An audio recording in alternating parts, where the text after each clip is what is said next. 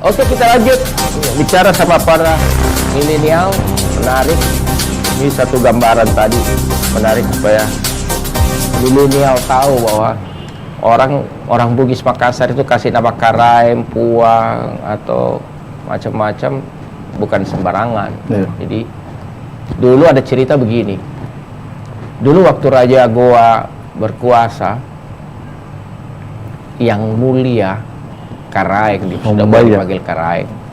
Jadi setiap ada rakyat yang datang, Karaeng, saya mau bekerja tapi saya nggak punya tanah. Bagaimana Karaeng? Karaeng bilang, ya udah kau ambil itu tanah di sana, kasih tanah. Terus datang lagi Faris, Karaeng, saya nggak punya tanah, begini. Udah kau ambil tanah situ. Datang misi juga dikasih lagi. Tapi akhirnya yang terjadi pertengkaran. Baku tengkar nih. Faris bilang, saya di sini. Upi bilang, saya di sini. Misi bilang, saya di sini. Udah selesai. Raja turun. Udah jangan kamu ribut. Ini kamu misi di sini. Kampung ini kita sebut nama Tamamaung. Gitu. Artinya Tamamaung itu jangan ribut. Jadi banyak sekali nilai-nilai seperti Tamalate. Tamalate itu tidak pernah layu. Oh iya kan? Jadi Tamalate, Tamaruna nggak pernah menyerah. Nilai-nilai itu yang sebetulnya kalau masuk di milenial kan bagus menurut saya. Cuma kan itu tidak dikembangkan. Jadi kita sok-sok ikut misalnya tagline-nya Liverpool, saya tidak biarkan kau jalan sendiri. Never walk alone. Iya kan? Padahal kita punya loh. Nah, misi bagaimana kau menurut kau, Miss? Ya seperti itu, karena terlalu banyak pengaruh dari luar. Terus anak muda juga, maksudnya tidak menyalahkan orang-orang sebelum kita. Jadi harusnya kayak di sekolah atau di mana lebih. Dulu waktu saya SD sampai SMP masih dapat ya bahasa daerah ya, lontar saya masih dapat. Tapi adik saya yang kemarin ini kelas 2 SMA apa kelas 1 SMA enggak ada nih. Enggak ada nih itu. Enggak tahu nih kalau di sekolah lain ya, kalau di sekolah adikku itu enggak ada nih itu bahasa daerah, bahasa lontar. Jadi ketertarikannya ini anak-anak milenial, anak muda karena enggak dikasih tahu juga, kurangnya juga pemberitahuan, enggak dikasih pelajaran di sekolah-sekolah, jadi kayak apa itu lontar, apa itu untuk nama jalan pun mereka cuma tahu iya Tamalan Rea, iya Buduk Dua, tapi nggak dia tahu apa itu artinya. Jadi harusnya memang orang-orang sebelum kita itu paling tidak bisa menerapkan kalau ini artinya ini, kasih tahu bahwa ada bukan di kelas khusus tapi kasih kembali lagi tuh bahasa daerah, bahasa lontara gitu. Kayak memang dikurangi. Jadi bahkan dikurangi, tidak cari tahu ini anak muda apa itu sudah. Nanti kalau misi kampanye kandilan, kok kasih tahu masyarakat bahwa bagus-bagus loh kita sebetulnya. Pasti sih. Iya. Harus begitu. Harus nih. Iya. Pi, gimana Pi kalau menurut Pi tadi? Terkait masalah jalan yang tadinya seharusnya kita harus mempunyai pengetahuan terkait masalah beberapa jalan-jalan yang ada di misalkan Kota Makassar, termasuk Maipa sendiri, di Jalan Maipa ini yang kita tempati studio. Itu kan jelas bahwa setiap jalan-jalan itu punya sejarah masing-masing dan punya makna masing-masing. Misalkan Maipa, bagaimana sejarahnya dengan Datu Museng dan lain sebagainya. Ini yang perlu diterapkan sih sebenarnya juga, Kak, di Kota Makassar. Nah, ini salah satu kearifan lokal juga, Kak, terkait masalah bahasa dan sejarahnya kan, Kak. Harusnya insya Allah nanti ke depannya misalkan Dilan insya Allah jadi wali kota Makassar, itu jelas setiap bahasa-bahasa dan sebagainya, misalkan tidak perlu makin lagi kebarat-baratan begitu, mengambil misalkan bikin baju deh namanya ini dan sebagainya. Siapa tahu kita bisa bikin komunitas, misalkan salah satunya Makassar mengungkap fakta misalkan begitu. Ini kan kita ambil kearifan lokalnya Makassar kan, Kak. Kalau memang faktanya begini, Dilan faktanya begini, jelas arahnya kemana ketika dia jadi wali kota, visi misinya fakta dan tidak berjanji begitu, tapi memang real, nyata. Seharusnya begitu, Kak. Nah, pemuda hari ini harus meyakinkan dirinya sendiri Kak, bahwa setiap jalan itu, misalkan kayak kita Kak tadi bilang Tamamaung itu kayak gimana. Nah, misalkan Makassar, pemuda Tamamaung begitu Kak. Pemuda Tamamaung, artinya kan pemuda yang ini ya Kak. Pemuda Sombere, itu kan juga jelas sekali Kak, pemuda Sombere, yang dimana Sombere itu kita tahu bersama ada di dalamnya si Pakataunya, jelas ini si Pakaingetna dan sebagainya, karena memang ciri khas dari Bugis Makassar ya itu bukan karena hanya sekedar nama doang Kak, tetapi apa yang sudah diterapkan dalam diri kita. Misalkan kita orang Bugis Makassar, Sombere, jelas apa namanya, sifatnya kita memang Sombere gitu Kak, bukan kayak orang-orang barat yang harus selalu kita ikuti, walaupun teknologi hari ini memang sudah mendunia Kak ya, termasuk di Kota Makassar, tetapi kita harus mengambil juga yang baik-baiknya Kak begitu. Tidak semuanya yang dari luar sana kita adopsi masuk ke Makassar. Kita harus mensinkronisasikan, misalkan mana budaya, mana agama, misalkan begitu Kak. Budaya dan agama kan selalu berdekatan ya Kak. Kita ambil sedikit-sedikit baik-baiknya, misalkan ada budaya mengatakan musik yang kayak begini, itu kan salah satu kearifan lokal. Tetapi kita melihat hadis yang ini dan ayat ini jelas kearifan lokalnya, kita mengambil baiknya, buang yang tidak baiknya. Riz, Ya, Reng. ini kan apa namanya, saya mau bilang begini. Tadi kita bilang banyak sekali orang karena berbeda. Perbedaan. Ini kan dalam suasana pilkada orang jadi beda-beda. Padahal sebetulnya yang saya bilang seperti tadi, bukan kau yang punya Makassar, Makassar memiliki kita. Bukan kita yang memiliki Makassar. Jadi jangan ada persoalan bahwa si A pokoknya kita pilih A juga, karena kita B kita pilih B juga. Sebetulnya kan tidak bisa begitu. Nah, menurut Anda situasi sekarang apa yang milenial memberikan gambaran? Karena dalam perspektif pemikiran saya sekarang ada yang tersingkirkan. Misalnya agama, orang mungkin tidak terjadi, cuma kan ini para tim-tim pilkada ini sedang mengatakan, kita dong, kelompok orang Timor, kelompok orang Ambon, kelompok Kristen, kelompok Islam. Padahal bukan kau yang punya Makassar. Makassar milik kita. Nah, menurut Faris bagaimana? Iya, jadi pengkotak-kotakan identitas. Jadi memang selalu ada yang mencoba, kelompok-kelompok yang mencoba untuk mengklaim misalnya itu Makassar dia. Misalnya dia itu adalah Makassar, dirinya adalah yang paling Makassar di antara orang Makassar kayak gitu. Nah, sebenarnya itu yang kenapa kalau saya mau tarik secara nilai itu Sombere itu aslinya inklusif.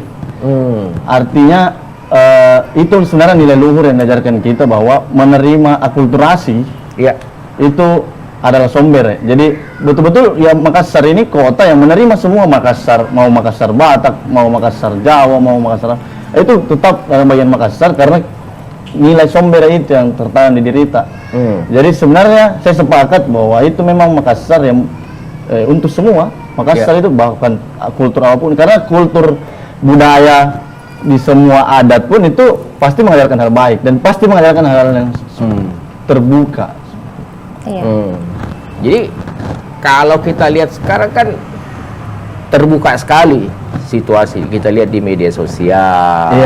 Itu orang itu bikin ujaran kebencian, bicara yang sebetulnya tidak pantas, ya kan, menjelek-jelekkan orang. Nah, apa konsepnya Faris untuk teman-teman generasi muda ke depan untuk kita perbaiki?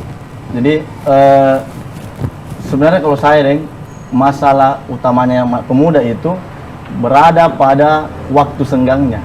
Jadi budaya dan waktu senggang. Saya rasa tonggaknya kita berbudaya itu ada di waktu senggang. Jadi kalau misalnya kita sekolah, kebudayaan lahir itu setelahnya di sekolah. Makanya budaya itu turun dari keluarga, dari lingkungan sekitar, dan lain-lain. Saya sebenarnya sudah mulai agak risih dengan terkikisnya ini orang menggunakan bahasa daerah. Pernah kuliah bahasa Makassar atau lalu bajingan ngai.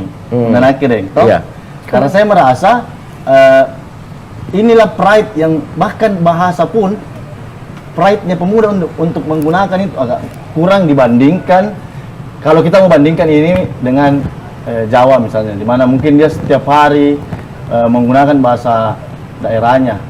Kita ini terlalu mengakulturasikan itu, bahkan serapan-serapannya bahasa Makassar di mana kok dan lain-lain. Seharusnya kan kita sudah pakai kemai kok dan lain-lain. Itu ada bahasa Indonesia yang kita terlalu akulturasi. Sebenarnya tidak ada masalah, asalkan kita semua memahami bahasa Makassar tersebut. Ini kan jadi masalah kalau tidak dipakai Tommy, tidak dipahami Tommy. Itu yang bukti deh, kalau misalnya itu dari nama-nama jalan, banyak orang tidak tahu nama pahlawan, karena nilai kayak Ribu Rani, itu nama orang, kok dibilang nama nilai ini. Banyak-banyak yang begitu-begitu deh, yang mulai bias. Kemudian itu gara-gara kita sendiri ternyata tidak menerapkan itu di waktu senggang. Nah, jadi sebenarnya tonggaknya kita itu di waktu senggang.